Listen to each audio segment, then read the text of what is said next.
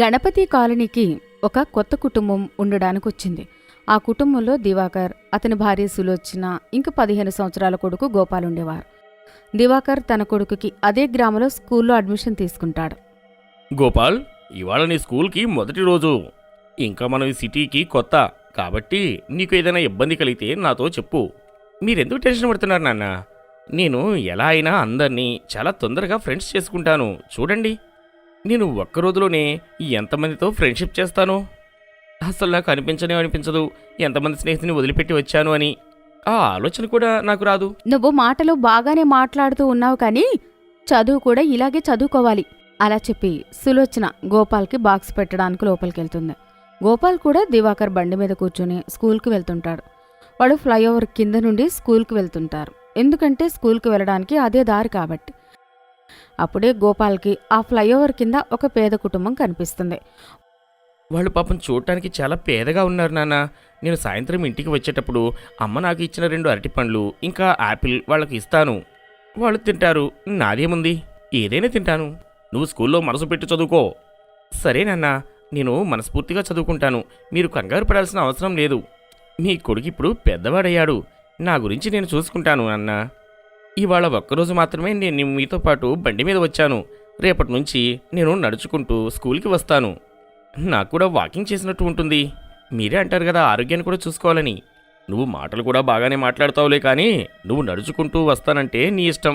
అలానే రా, నేనేం కాదన్ను. దివాకర్ తన కొడుకుని స్కూల్ బయట దింపేసి అక్కడి నుంచి ఆఫీస్కి స్కూటీ మీద వెళ్ళిపోతాడు.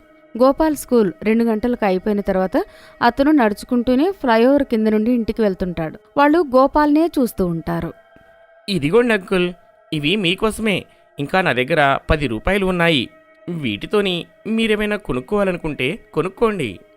ఆ పేద కుటుంబం గోపాల్ దగ్గర నుండి పండు ఇంకా డబ్బులు తీసుకుంటారు. అదే కుటుంబంలో ఒక చిన్న పాప కూడా ఉంటుంది. తను గోపాల్ని చూసి నవ్వుతుంది. గోపాల్ ఇంటికి వెళ్ళిపోతాడు. మరుసటి రోజు స్కూల్కి తయారై ఒంటరిగా నడుచుకుంటూ స్కూల్కి వెళ్తుంటాడు. స్కూల్కి వెళ్ళేటప్పుడు గోపాల్ తన లంచ్ బాక్స్ని ఆ పేద కుటుంబానికి ఇచ్చేస్తాడు. వాళ్ళు అతన్ని బాగా ఆశీర్వదిస్తారు. మా అమ్మ ఇవాళ ఆలూ పరోటా చేసింది. ఇందులో 2 ఉన్నాయి.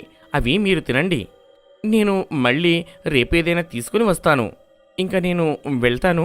నాకు స్కూల్కి టైం అవుతుంది. అలా చెప్పి గోపాల్ స్కూల్కి వెళ్ళిపోతాడు. రోజూ అలానే నడుస్తుంటుంది. గోపాల్ స్కూల్కి వెళ్ళేటప్పుడు వచ్చేటప్పుడు వాళ్ళకి లంచ్ బాక్స్, డబ్బులు, పండ్లు అలా ఏదో ఒకటి ఇస్తుండేవాడు. ఒకరోజు గోపాల్ స్కూల్లో ఆడుకుంటూ ఉండగా తన స్నేహితుడు మోహన్ అతని దగ్గరికి వచ్చి అతనికి చాలా చాక్లెట్లు ఇస్తాడు. ఇవాళ నా పుట్టినరోజు గోపాల్. ఈ చాక్లెట్లు, ఈ టాఫీలు నువ్వే ఉంచుకో. సరే, ఇందులో నుంచి నేను ఒక చాక్లెట్ తింటాను. ఇంకా మిగతావి ఆ పేద కుటుంబానికి ఇచ్చేద్దాము. నువ్వు కూడా నాతో పాటు వస్తావా వాళ్ళని చూడటానికి? నేను నీకు రోజు చెప్తాను కదా వాళ్ల గురించి. గోపాల్ మోహన్ని తీసుకుని ఫ్లైఓవర్ కిందకి వెళ్తాడు. ఆ తర్వాత గోపాల్ ఆ పేద కుటుంబం దగ్గరికి వెళ్ళి వాళ్ళకి చాక్లెట్లు ఇచ్చేసి వాళ్లతో మాట్లాడుతుంటాడు. దూరంగా నిలబడి మోహన్ అదంతా చూస్తుంటాడు. అక్కడ ఎవ్వరూ కనబడరు. గోపాల్కి ఏమైనా పిచ్చి పట్టిందా ఏంటి? ఫ్లైఓవర్ కింద ఎవరూ లేరు, పిచ్చివాడిలా ప్రవర్తిస్తున్నాడు. అనవసరంగా అన్ని చాక్లెట్లని ఎవరికిచ్చి వస్తున్నాడో ఏమో. ఏదో నాకెందుకో తేడాగా ఉంది. పద, నేను ఆ కుటుంబానికి చాక్లెట్లు ఇచ్చి వచ్చాను. నీకేమైనా పిచ్చి పట్టిందా? అక్కడ ఎలాంటి పేద కుటుంబమూ లేదు. అసలు అక్కడ ఎవ్వరూ కూడా లేనే లేరు. మరి నువ్వు ఆ చాక్లెట్లని ఎవరికిచ్చావు నువ్వు? మనం ఇప్పుడు వేళాకోళాలు ఆడుకునే టైం లేదు. పద, వెళ్ళి ఆడుకుందాం. ఇవాళ నీ పుట్టినరోజు కదా, పదా. గోపాల్ కనిపిస్తుంది అతని స్నేహితుడు అతనితో వేళాకోళం ఆడుతున్నాడని. కానీ గోపాల్కి తప్ప ఆ భూతం కుటుంబం ఎవ్వరికీ కనబడరు. ఆ ఫ్లైఓవర్ కింద ఎవ్వరుండరు. ఒకరోజు భోజనం చేసేటప్పుడు గోపాల్ తన తండ్రి దివాకర్తో ఇలా అంటూ ఉంటాడు. నాన్న, మీకు తెలుసా, మనం ఏ ఫ్లైఓవర్ కింద నుంచి అయితే వెళ్తున్నామో అక్కడ ఒక పేద కుటుంబం ఉంటుంది. వాళ్ళు పాపం చాలా ఘోరమైన పరిస్థితులు అక్కడ బ్రతుకుతున్నారు. అక్కడ మురికి నీళ్లు వెళ్ళే నాళా కూడా అక్కడే ఉంది. కానీ ఎప్పుడు నేను వాళ్ళకి సాయం చేస్తూ ఉంటాను. నా దగ్గర తినడానికి ఏదైనా ఉంటే వాళ్ళకి ఇచ్చి వస్తూ ఉంటాను. అవును, ఇప్పటి వరకు నేను ఆ ఫ్లైఓవర్ కింద ఎవరిని అసలు చూడనే లేదు. అసలు నాకు తెలిసినంత వరకు ఆ ఫ్లైఓవర్ కింద ఎవరూ ఉండరు. మీరు గమనించి ఉండి ఉండరు నాన్న. ఆ ఫ్లైఓవర్ కింద ఒక పేద కుటుంబం ఉంటుంది. రేపు మీరు నాతో పాటు పదండి, నేను మీకు వాళ్ళని పరిచయం చేస్తాను. ఆ కుటుంబంలో వాళ్ళు చాలా మంచివాళ్ళు. మరుసటి రోజు సులోచన గోపాల్ ఇంకా దివాకర్కి వాళ్ళ బాక్స్ ప్యాక్ చేసిస్తుంది. తర్వాత వేరే సంచిలో వేడి వేడి పూరి ఇంకా కూర ప్యాక్ చేసి గోపాల్తో ఇలా అంటుంది వాళ్ళ అమ్మ. నేను ఆ పేదవాళ్ల కోసం ఇది ప్యాక్ చేశాను, నువ్వు వెళ్తూ వెళ్తూ వాళ్లకు ఇది ఇచ్చిళ్ళు. గోపాల్ చాలా ఆనందపడతాడు. తర్వాత వాళ్ళిద్దరూ కలిసి ఆ ఫ్లైఓవర్ కిందకు వెళ్తారు. గోపాల్ వెళ్ళి ఆ ఫ్లైఓవర్ కింద ఆ సంచి పెడతాడు. ఇంకా అద్భుతం, కుటుంబంతో మాట్లాడుతూ ఉంటాడు. దివాకర్కి మాత్రం అక్కడ ఎవ్వరూ కనబడరు. కానీ అతని కొడుకు మాత్రం ఎవరితోనో మాట్లాడుతున్నాడని గమనిస్తాడు. ఇప్పుడు దివాకర్ చాలా భయపడిపోతాడు. ఇంకా గోపాల్ తన దగ్గరికి వచ్చి, నాన్నగారు, నేను మీకు చెప్పాను కదా నిన్న, ఇక్కడ ఒక పేద కుటుంబం ఉంటుంది అని. చూడండి, వాళ్ళ మొహంలో ఎంత ఆనందం కనబడుతుందో. కానీ నాన్న, మీరు ఇంత ఆశ్చర్యంగా ఎందుకు చూస్తున్నారు?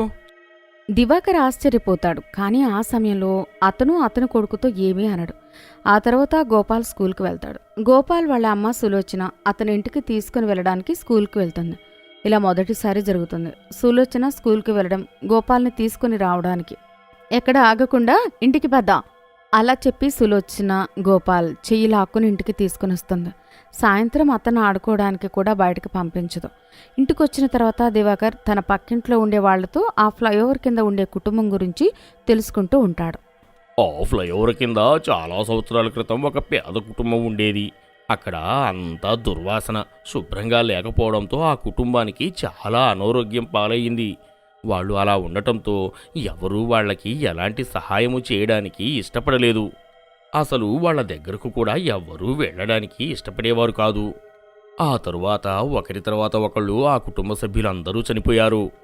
మీరు మాట్లాడుతున్న కుటుంబ సభ్యులు ఎవరో కాదు, అది వాళ్ళ భూతం కుటుంబమే. ఇంకో విషయం, వాళ్ళు అందరికీ కనిపించరు, కొందరికే కనిపిస్తారు. నా కొడుకు చాలా మంచివాడు, అందుకే అతనికి ఆ భూతం కుటుంబం కనిపిస్తున్నట్టు ఉంది. వాడు అందరికీ సహాయం చేయాలి అని అనుకుంటాడు. సరే, ధన్యవాదాలండి. దివాకర్ గోపాల్ని బాగా తిడతాడు. ఇంకా అతను ఒంటరిగా ఎక్కడికి వెళ్ళనివ్వడు. దివాకర్ గోపాల్కి జరిగిన విషయమంతా చెప్తాడు. అది ఒక భూతం కుటుంబం అని. రోజూ ఉదయం దివాకర్ బండి మీద గోపాల్ని స్కూల్లో దింపేవాడు. సాయంత్రం సులోచన స్కూల్కి వెళ్ళి అతని ఇంటికి తీసుకుని వచ్చేది. అలా చాలా నెలలు గడిచిపోతాయి. ఆ పిల్లాడు మనకు సాయం చేయడానికి ఎందుకు రావడం లేదు? నాకు అనిపిస్తోంది వాళ్ళ కుటుంబ సభ్యులకి మనం ఒక భూత కుటుంబం అని తెలిసిపోయిందని. అందుకే వాళ్ళు అతన్ని మన దగ్గరికి రానివ్వడం లేనట్టున్నారు. ఈ మనుషులు కూడా ఎంత విచిత్రమైన వాళ్ళు. బ్రతికున్నప్పుడు మనకి ఎవరూ సహాయం చేయలేదు.